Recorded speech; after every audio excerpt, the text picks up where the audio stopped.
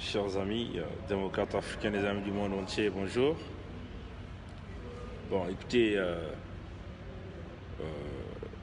moi ici, je proteste contre la publication de Brazza News. Tout d'abord, je suis très étonné de voir que Brazza News fasse ce genre de publication. Brazza News, qui est, on dit, le média du peuple, puisque Brazza News se prononce en étant le média du peuple. Brazza News avait fait une publication, la vidéo du mariage de la fille de Boao.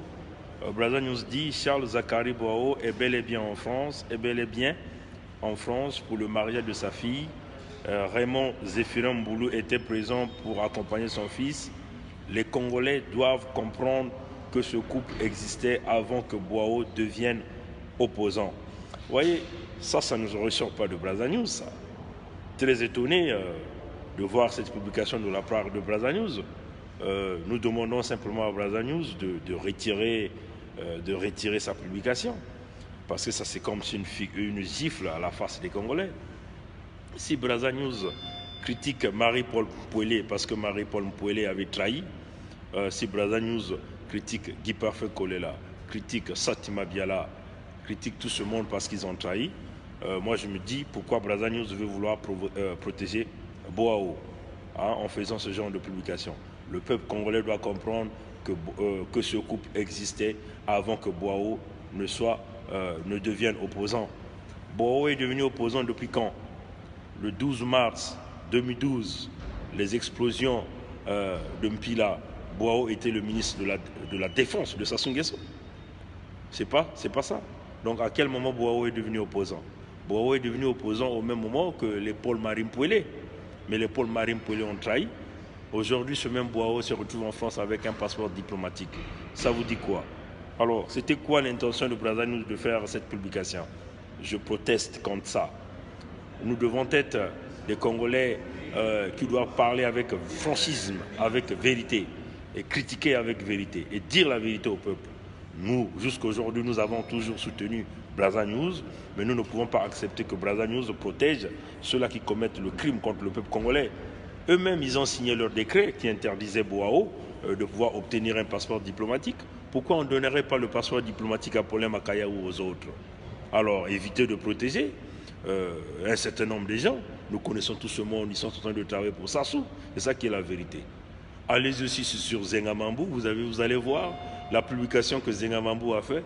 Nous présentons la photo de Boao avec son fils pour nous dire le fils de Boao a gagné, je ne sais pas, championnat de France de moins de 15 ans ou de 16 ans de basketball. Qu'est-ce que le peuple congolais a ciré de tout ça? Pourquoi cette publicité qui n'a pas de sens? Pendant ce temps, Augustin Kalakala est mort, assassiné par Sassou. Alors, ne venez pas donner la colère au sein du peuple congolais. Soyez donc ces médias qui sont totalement avec le peuple. N'essayez pas de jouer au petit jeu du chat et de la souris. Nous soutenons Brazza News qui dit le média du peuple, mais Brazza News doit être totalement impartial. Critiquer au même titre, si Marie-Paul Mpouélé a trahi, Boao a trahi, Boao aussi a trahi, c'est ça la réalité. Il faut comprendre que nous, ici, on ne va pas mâcher le mot. On dira toujours la vérité au peuple congolais, même s'il s'agit des nôtres, parce qu'on n'a pas les amis.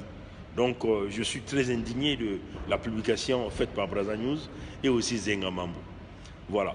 Bon, maintenant, vous devez savoir, peuple congolais, du côté du Bénin, vous avez vu Thomas Boni Yahi qui lance des messages d'alerte écrivant au chef d'État de la sous-région de la CEDEAO de pouvoir venir le sauver. Mais Tony Boni Yahi joue au jeu du pompier pyromane. Mais qui a déclenché ces événements-là au Bénin? C'est bien Thomas Boni Yahi. C'est lui qui est le déclencheur, le pyromane.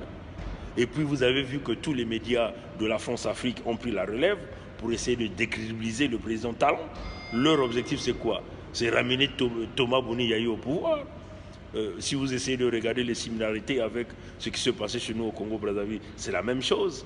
La maison de Tony Boni Yahi encerclée par les forces militaires. Sassou aussi va dire que sa maison était encerclée pendant qu'il était en train de dormir.